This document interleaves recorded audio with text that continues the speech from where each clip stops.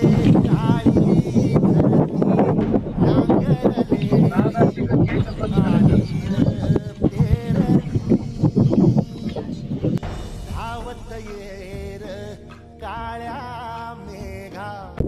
शेतकरी बंधूंनो, मी गोरक्षिलार न्यूट्रीमॅक्स. आज दिनांक 11/7/2026. आज आपण आलेलो धामणगाव येथील श्री पप्पू काका यांच्या शेतामध्ये.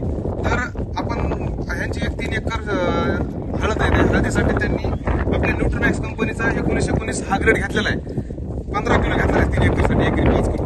तर जे वॉटर सोल्युबल खत आहे त्या खताचा एक आपल्या सर्व शेतकऱ्यांना प्रॉब्लेम येते की तो विरघळत नाही लवकर. तर आपण साधारणतः या 150 ते 200 लिटरच्या टाकीमध्ये आपण 15 किलो 1919 टाकलेला आहे. तर विरघळायला कसं वाटलं का तुम्हाला? बरोबर आहे नाही? आता आपण टाकून साधारणतः 2च मिनिटं झाले. तर पुढे काही आहे का, राहिले का? काय तर एक तुम्ही सर्व शेतकऱ्यांना सांगू शकता की जे आपल्या 1919 असन, 1261 असन, 05234 असन हा विरघळत नाही. तर हा न्यूट्रीमॅक्सचा जो 1919 खत आहे ते 100% विरघळला ना. तर सर्व शेतकरी बंधूंना मला एक सांगायचं की आपण ह्या वर्षी न्यूट्रीमॅक्स 1919 असन, 05234 असन, 1054 असन, 04243 ह्या ग्रेडचा वापर करून आपल्या पिकांमध्ये भरघोस उत्पादन काढून एवढंच सांगतो.